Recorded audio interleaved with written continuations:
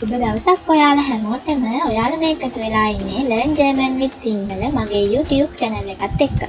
ඉතින් මම අද ඔයාලට ගේන්නේ ලෙක්සියෝන් 13 13 වෙනි පාඩම. අද මගේ 13 වෙනි පාඩම විදිහට මම තෝරගත්තේ Regelmäßige Verben. Regelmäßige Verben ඔයාලට ගිය වීඩියෝ එක බැලුවා නම් මතක ඇති. මම Verben කොටස් දෙකකට බෙදනවා කිව්වා. Regelmäßige Verben und Regelmäßige Verben. ඒකෙන් අද මම Regelmäßige Verben තමයි මගේ පාඩම විදිහට කරන්න යන්නේ. මම Regelmäßige Verben වලට කියන තවත් නමක් කිව්වා Schwache. ඒ කියන්නේ දුර්වල ක්‍රියාපද. ඉතින් යමු අපේ පාඩමට අද. අද මම මගේ පාඩමේදී ඔයාලට කියලා දෙනවා වර්තමාන කාලය තුල ක්‍රියාපද සංයෝජන. ඒ කියන්නේ වර්තමාන කාලයේදී ක්‍රියාවක් කොහොමද conjugate වෙන්නේ. අපි කලිනුත් මේ ගැන කතා කරලා තියෙනවා. අද පාඩමේදීත් මම ඔයාලට කියලා දෙන්න යනවා. ඒ වගේම නිත්‍ය ක්‍රියාපද සංයෝජන. ඒ කියන්නේ regular verbs. regular verbs වලදී කොහොමද ක්‍රියාපදයක් conjugate වෙන්නේ කියලා. ඒ කියන්නේ regelmäßige Verben වලදී ක්‍රියාපදයක් conjugate කරන්නේ කොහොමද කියලා දෙනවා. verb conjugation in present. ඒ කියන්නේ වර්තමාන කාලය තුළ ක්‍රියාපද සංයෝජන. වර්තමාන කාලයේදී ක්‍රියාපදයක් conjugate වෙන විදිය තමයි කියන්නේ. ඔයාලට මතක ඇති අපි ක්‍රියාපදයක් බෙදුවා කොටස් දෙකකට. verb stem එකයි end room එකයි. verb stem එක සහ end room එක. එතකොට verbs Regelmäßige Verben වලදී verb stem එක වෙනස් වෙන්නේ නැහැ. end room එක වෙනස් වෙනවා.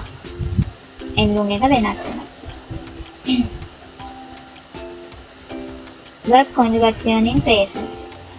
verb එකක් ගත්තම ඒක අපි singular plural විදියට පාවිච්චි කරද්දී verb එක conjugate වෙනවා. verb එක වෙනස් වෙනවා. එතකොට singular නාමපද ස්වර නාම ටික ගත්තම මම ඔයා එකේ formal form එක, ඔයා එකේ informal form එක, ඔයා එකේ formal form එක. ඊට පස්සේ ඇය, ඔහු සහ ඌ ඒක කියන ටික ගත්තම ish එකේදී verb stem එක plus end room. ඒ කියන්නේ e වලින් තමයි ish වලදී අවසන් වෙන්නේ. do වලදී verb stem එක plus st, c verb stem en, verb stem t plural. wir වලදී verb stem en, ihr වලදී verb stem plus t, sie verb stem plus en, sie verb stem plus en. එතකොට verb එක ඔයාලට පේනවා singular සහ plural වශයෙන් වෙනස් වෙනවා. ඒ වගේම person සිංහලෙන් නම් උත්තම පුරුෂ, ප්‍රථම පුරුෂ, මධ්‍යම පුරුෂ කියලා කාල තුන. මේකේ first person, second person, third person කියලා person අනුවත් වෙනස් වෙනවා. වර්තමාන කාලයේදී එහෙමයි verb එකක් conjugation කරනකොට බලන්නේ. බලමු අපි එකට උදාහරණ. wohnen ජීවත් වෙනවා. බලන්න verb එක conjugate වෙලා තියෙන හැටි. ich wohne, du wohnst, sie wohnen, er sie es wohnt, wir wohnen, ihr wohnt, sie wohnen, sie wohnen. machen කියන්නේ හදනවා. ich mache, du machst, sie machen, er sie es macht, wir machen, ihr macht, sie machen, sie machen. spielen කියන්නේ සෙල්ලම් කරනවා. ich spiele, du spielst, sie spielen, er sie es spielt, wir spielen, ihr spielt, sie spielen, spielen. studieren කියන්නේ ඉගෙන ගන්නවා. සාමාන්‍යයෙන් අපි ඉගෙන ගන්නවා කියලා සිංහලෙන් පොදුවේ පාවිච්චි කරලා studieren. සාමාන්‍යයෙන් උසස් අධ්‍යාපනය ලබන කෙනෙක්ට තමයි studieren පාවිච්චි කරන්නේ. නැත්නම් ඉගෙන ගන්න ඉස්කෝලේ ළමෙක් වගේ ඉගෙන ගන්න කෙනෙක් නම් අපි lernen පාවිච්චි කරන්නේ verb එක විදියට. ඒකත් මතක තියාගන්න. ich studiere, du studierst, sie studieren, er sie es studiert, wir studieren, ihr studiert, sie studieren, sie studieren. lernen කලින් කියප එක මතකනේ lernen සාමාන්‍යයෙන් ඉස්කෝලේ ළමයි කියන ගන්න එකට තමයි lernen පාවිච්චි කරන්නේ.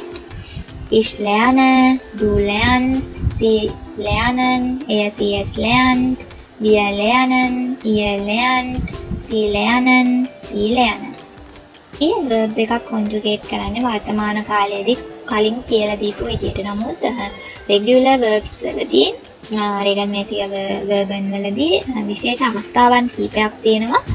ඒකමෙන් පොඩ්ඩක් වෙනස්. ඒ ගැන තමයි අපි මේ කතා කරන්න යන්නේ. බලමු මේ අවස්ථාව මොනවද කියලා.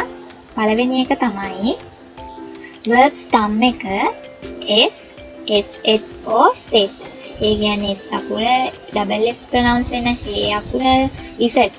ඉංග්‍රීසි වල z යන අකුරු වලින් අවසන් වෙනවා නම් උදාහරණයක් විදිහට reisen, tanzen වගේ verbs වලදී endung එක දැන් සාමාන්‍යයෙන් අපි do වලදී ඔයාලට මතක ඇති කලින් කතා කරපු ඒවාදී do වලදී අවසන් වුණේ st වලින්නේ.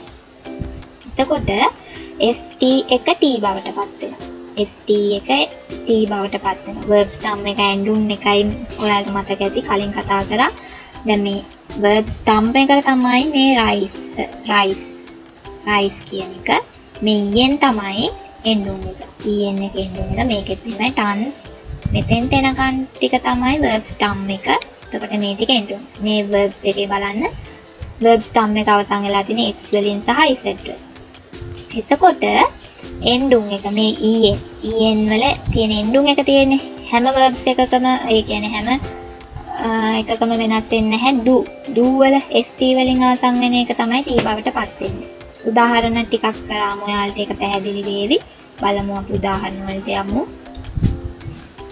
reisen කියන්නේ සංචාරය කරනවා. ich reise, du reist. පේනවනේ. ඒ do reist වෙලා දෙන පේනව නේද ඔයාලට? ඒ කියන්නේ t අකුර විතරයි ඇඩ් වෙලා තියෙන සාමාන්‍යයෙන්. මෙතන st නේ ඇඩ් වෙන්නේ do කියද්දී st. දැන් මෙතන ඇඩ් වෙලා තියෙන්නේ t අකුර විතරයි. ඒක තමයි නීතිය. sie reisen, er sie es reist.